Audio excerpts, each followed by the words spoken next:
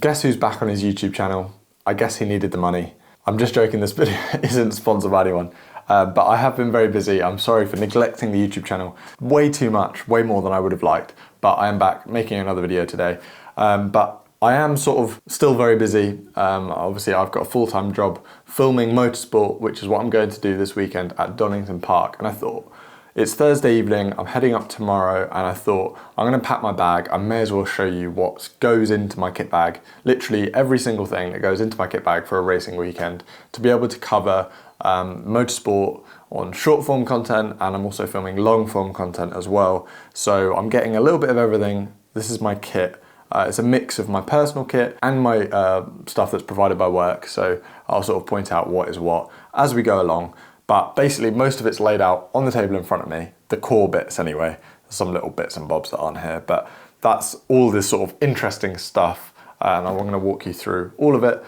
This video isn't gonna be too edited because I'd quite like to get it out before I go to Donington actually. So there's not gonna be too much fancy B-roll. So it's just gonna be a bit of a chat. I'll put some chapter markers if you want to skip through to particular items, but I'd appreciate if you watch the whole video, sort of sit and chat, and maybe you can talk through any of the reasons why I've got some of this kit as well. Anyway, let's jump in. I don't want to talk too much because I'll just natter on forever and no one will watch this video. Let's get started. First of all, before I get into any of the kit that's on the table, my bag is the same bag I've had for a few years now. It is the Peter McKinnon Nomatic, or Go-Matic if you're in Europe, bag, 25 litre bag. This is the smaller one of the two. It opens up. I don't know if that's gonna pop up on the overhead, but yeah, I've divided it into a few different sections, and all this kit pretty much is gonna fit in this bag, I think. So it's a great bag, super durable, rugged. It's traveled around the world with me. It has put up with my abuse. It gets trapped in the back of cars, but not always placed in the most beautiful situations. So it's a great bag. It's held up really well, and I'm really happy with that.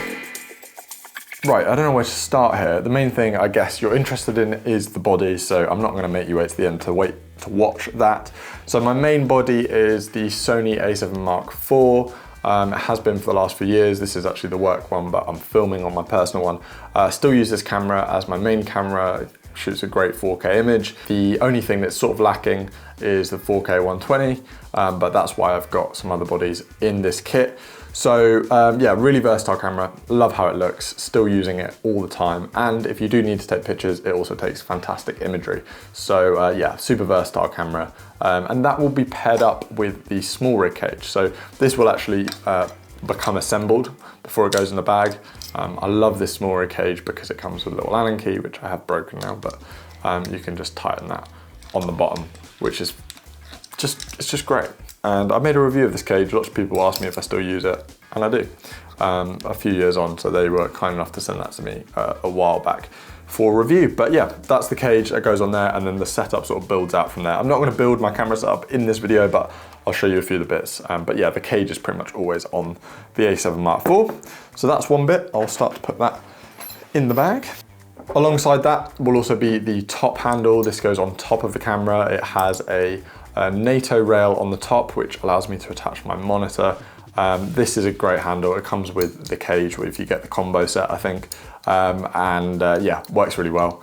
It's not the most ergonomic or fancy handle in the world. It just does its job. I've also recently started putting the side handle in the bag as well. It's not something that's always on the camera. Sometimes I feel it, sometimes I don't, but it does come with an extra cold shoe mount, which is useful at times, particularly when you're mounting microphones or lights or whatever onto the camera. So that is useful. This is going into the bag for the first time in a while. I'm gonna test it out this weekend, see if I like how it's feeling, because I'm always testing new stuff out. So those two handles go straight in the bag as well. Now, I mentioned that there is another body as well, and that is the Sony FX30. This is a camera I picked up at the start of this year to accompany my A7 IV because I wanted something that could film a slightly slower slow motion, particularly when we've got quick cars on track. It's nice to be able to slow them down, really just show that difference in pace. Slow motion, I find, is actually less about showing, you know, the slow details of a car, but actually more for emphasizing how quick they are when they're running at full speed. Or that's one of my favorite uses for it anyway. So this shoots a great 4K 120 image. I mean, it shoots a great 4K 24 image as well. So it's a super versatile camera, not really a stills camera, it's purely a cinema line camera. I am working on a review for this because I know a lot of people are interested in this camera and its use, so I will get my thoughts out on it. But in general, I love it, and it's a really, really solid piece of kit. It does have an APS-C sized sensor as opposed to the full frame one on the A7 IV. However, it sort of works. Sometimes that comes in handy because at racetracks you're often far away from your subject, so getting that little extra reach never actually comes in too bad. The FX30 is fantastic, a really versatile camera, but I'm going to share my thoughts more in a future video. Now obviously we've got some more accessories here. And of course, you can't power the cameras without the batteries, so I carry quite a few batteries. I think there's 2 in the camera as well, so there's 3 here, another 2, so I've got about 6 or 7 batteries. I don't usually go through all of them. The battery life actually on both cameras is pretty good, but if I do have a really heavy day, I can get through quite a few of them. So I have mostly proper Sony batteries, but yeah, I do have a few third-party ones because they're 50 quid each, and that is crazy to me. But yeah, good to properly use the proper batteries, but I've never had a problem with these. I only use them in a pinch, to be honest. So yeah, lots of batteries. Okay, let's talk about some more exciting stuff. This is the glass that I take with me on my adventures.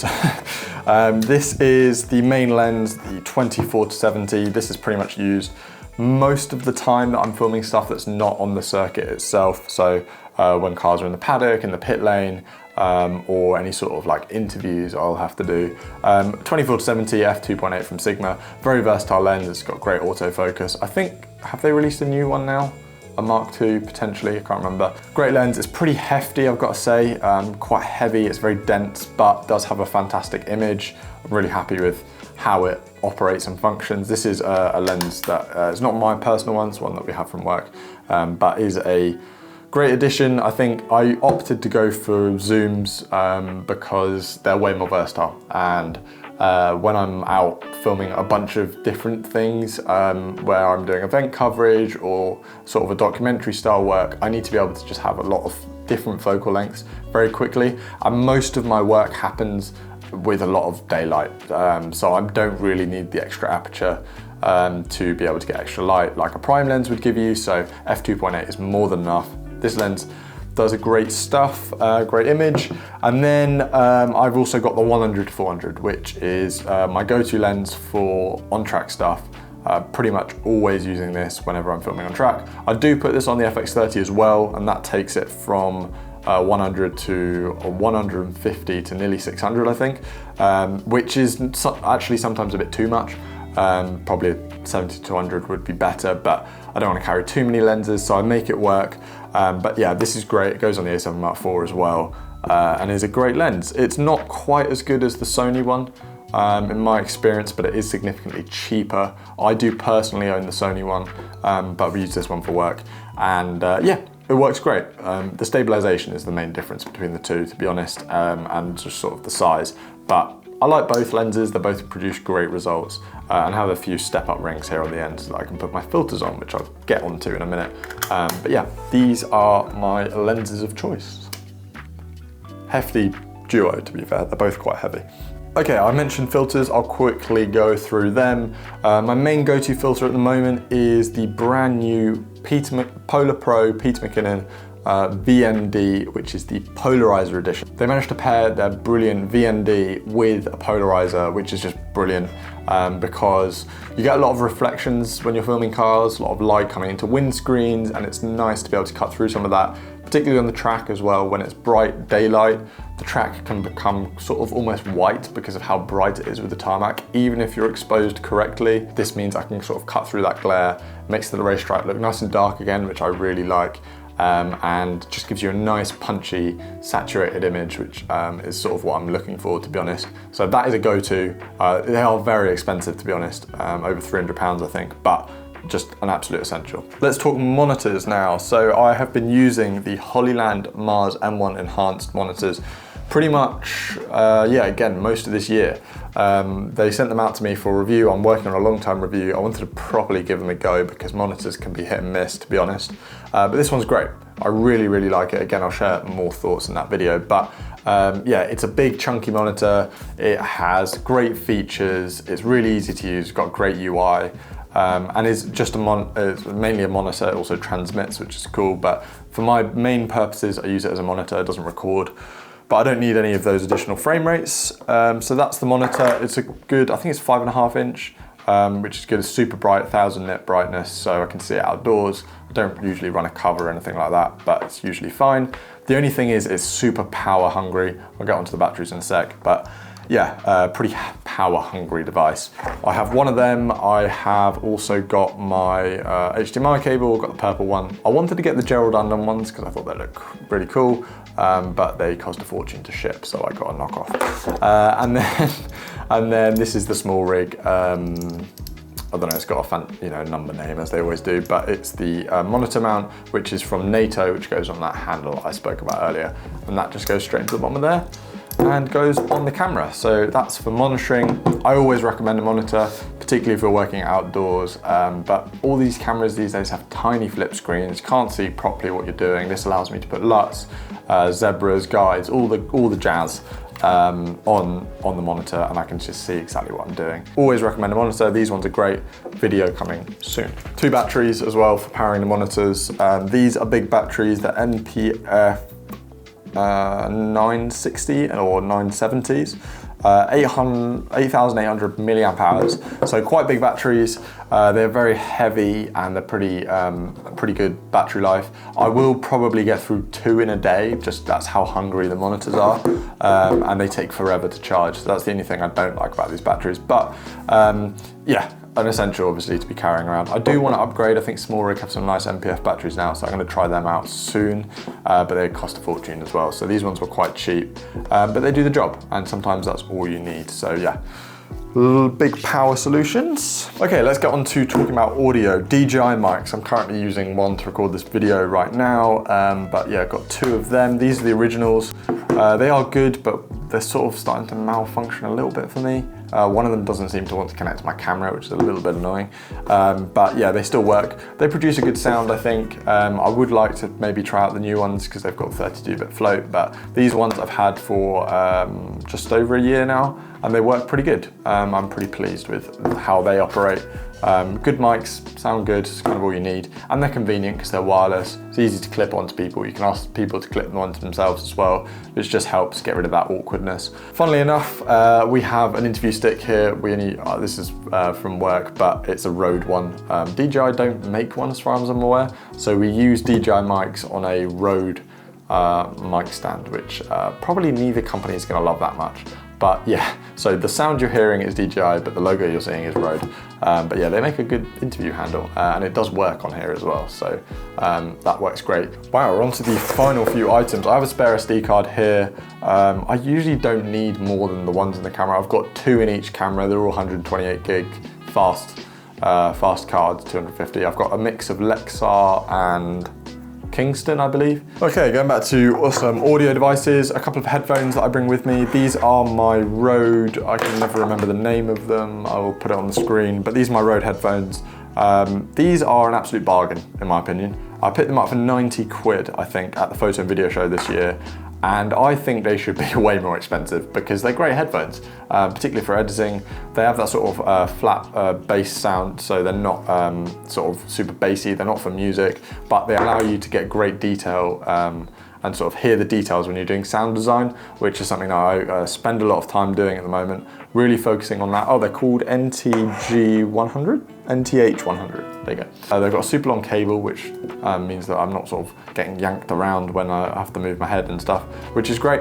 And speaking of other headphones, I also carry AirPods with me, sometimes better for hearing the details in sort of bassier music, and just watching my videos back before I sort of send them off to be published, because yeah, this is much more similar to what people will be listening to.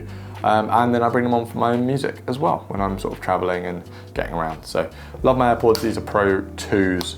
fantastic devices as always. Final bits now, I also bring a GoPro. This is the one from work, it's a Hero 12 Black. We just upgraded to this one. And I also have my personal Osmo Action 3. I prefer the DJI ones personally. I think they actually have a better image. You can't really go wrong with action cameras these days, but I just find the footage out of the GoPro is harder to sort of get looking how you want, whereas the DJI is pretty easy. Good to have on hand whenever I want to stick it on a car or something. I don't think I'll be doing that this weekend, but I bring it with me just in case. Finally, little essentials, stuff like Allen keys, chargers, batteries, that will all go in the bag as well, but little Allen key to remind me of that. And yeah, then finally I bring a little strap as well with me. People overlook straps for video. I think they're great. I don't always use it, but in situations where I just want to make sure my footage is going to be dead stable, a strap is great, gives you that third point of contact. If you haven't followed me on Instagram, go over there. I will be posting a lot of the stuff that I make this weekend over there, sort of on my stories. I don't post it on my personal account because it's all for my work purposes, but yeah, I always link them to my stories so you can check out my work if you're interested. That is about it for packing my bag. I've just got to go and put other stuff like washing and clothes and stuff in a bag. But I'll be I'll be at Donington this weekend. I'm really looking forward to it. It's a great event, British GT. So if you're around and you fancy it, head down there and check it out. If you see me, feel free to say hi. And yeah, thank you so much for watching. I appreciate this is maybe a little bit more janky than usual, no fancy B-roll and all that. But I hope you found it useful. I hope you found it insightful. Yeah, I hope you guys have a lovely weekend. I'm going to try my best to post a bit more on here. It's just a bit hard when I'm so busy during the season, but I'm working on a few things in the background. So rest assured there will be some stuff coming. Thank you so much for watching. I appreciate all the support over all of my socials and the lovely messages I get on Instagram from all of you. I really do appreciate it. Thank you so much for watching. See you next time.